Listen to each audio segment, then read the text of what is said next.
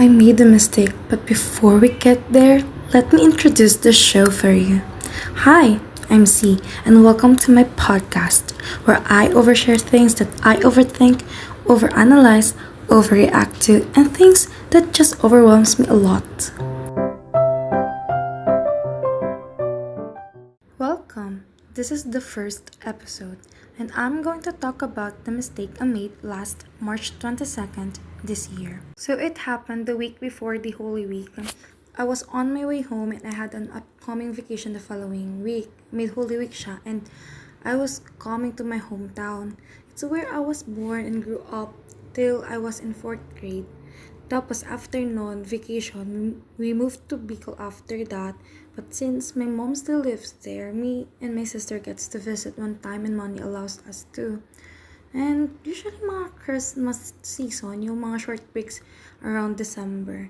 And around 9th grade naman, I moved back there and studied for a year before I went back to Bicol to continue my junior high school. And from then on, we still had vacation there for just like once na yata, mga year 2018. And then 2019, yung mom ko na yung nag-visit sa amin dito sa Bicol.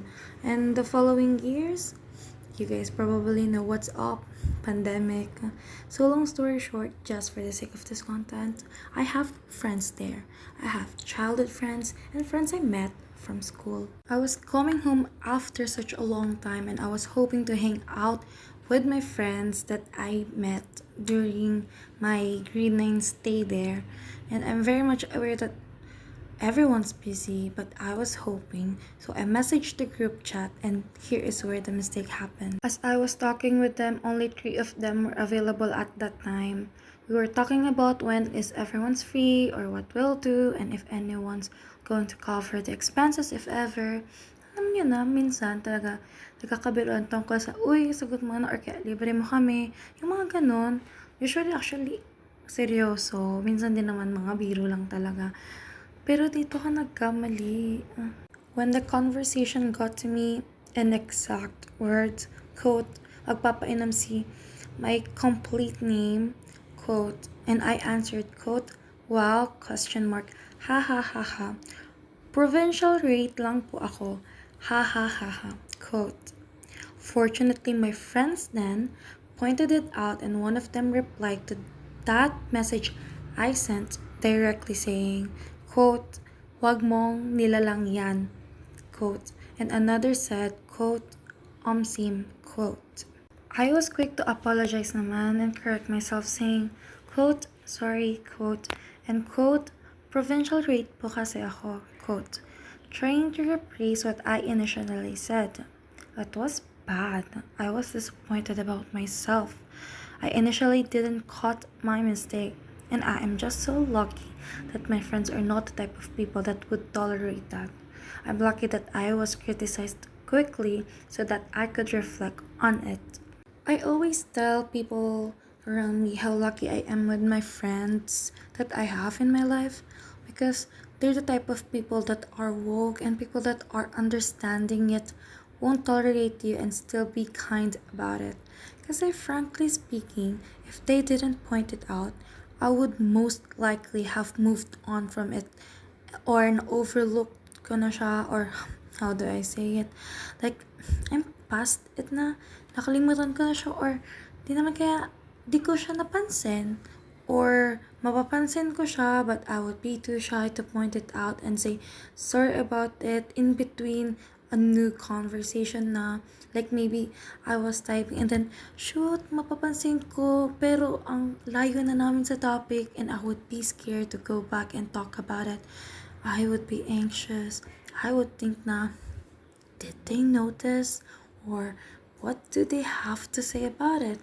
Or kaya naman, what would they think of me after that? I-overthink ko na siya. Also, i-overthink ko na kung what would my friends think of me. Na, I look down upon people that earns provincial rate? Because honestly, I don't. I think I only said it the way I said it because I was talking about myself. And when I talk about myself, I tend to put me down a lot. Am I saying this to save face and make an excuse? Definitely not. Inaako ko po ang kasalanan ko at nangangako ako na gagawin ko ang lahat para hindi ko na magawa yung same mistake na yon. Honestly, I have been avoiding the word long as I can. Will it happen overnight? No. Will I become better overnight? No. But I can try. If I couldn't do it overnight, maybe I can try again the next day. Because character development doesn't happen when you just sleep it off. It's a process. And I think I'm just really lucky my friends were there to point it out so I wouldn't have to make the same mistake twice. Imagine if I'm a popular person or my public image or something, I would have been cancelled. I'm not doing this episode to come clean, huh? Although I would love to avoid the thoughts that maybe my friends would talk about me and how they didn't like what I did behind my back, because I would cry. I wasn't able to properly apologize kasi although I said sorry, but was it enough? Was I able to extend my deepest regret and remorse for what I did? I think what I said then wasn't enough, and even up to this day, I still think about it.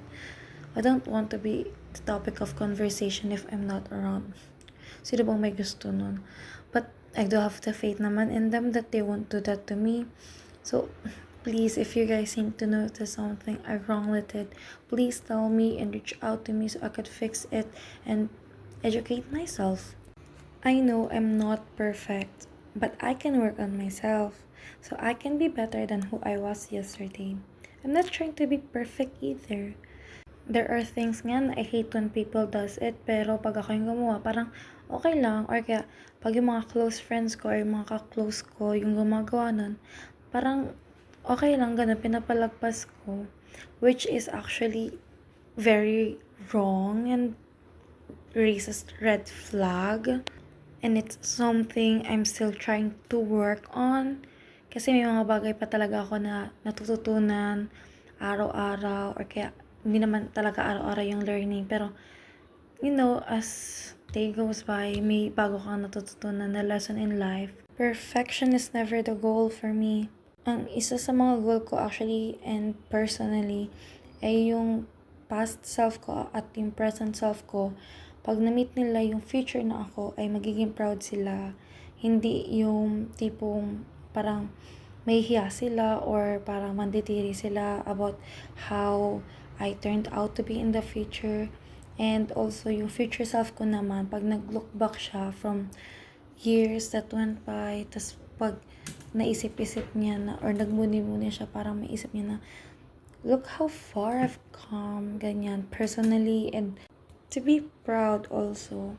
Yun yung isa sa mga parang nilolook forward ko, yung maging proud ako sa future na ako at maisip ko na hindi nasayang lahat ng mga pinagdaanan ko on how I turned out to be, na yung alam nyo yun, yung parang feeling fulfilled ka and content na may narating ka personality wise or character wise man yan.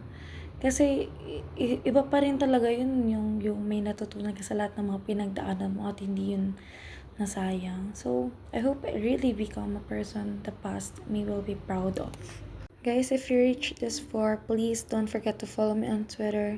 That's at C_over_C, and on YouTube at C-over-C. Thank you for listening. Hope to have you soon on my next episode. Once again, I'm C. Bye!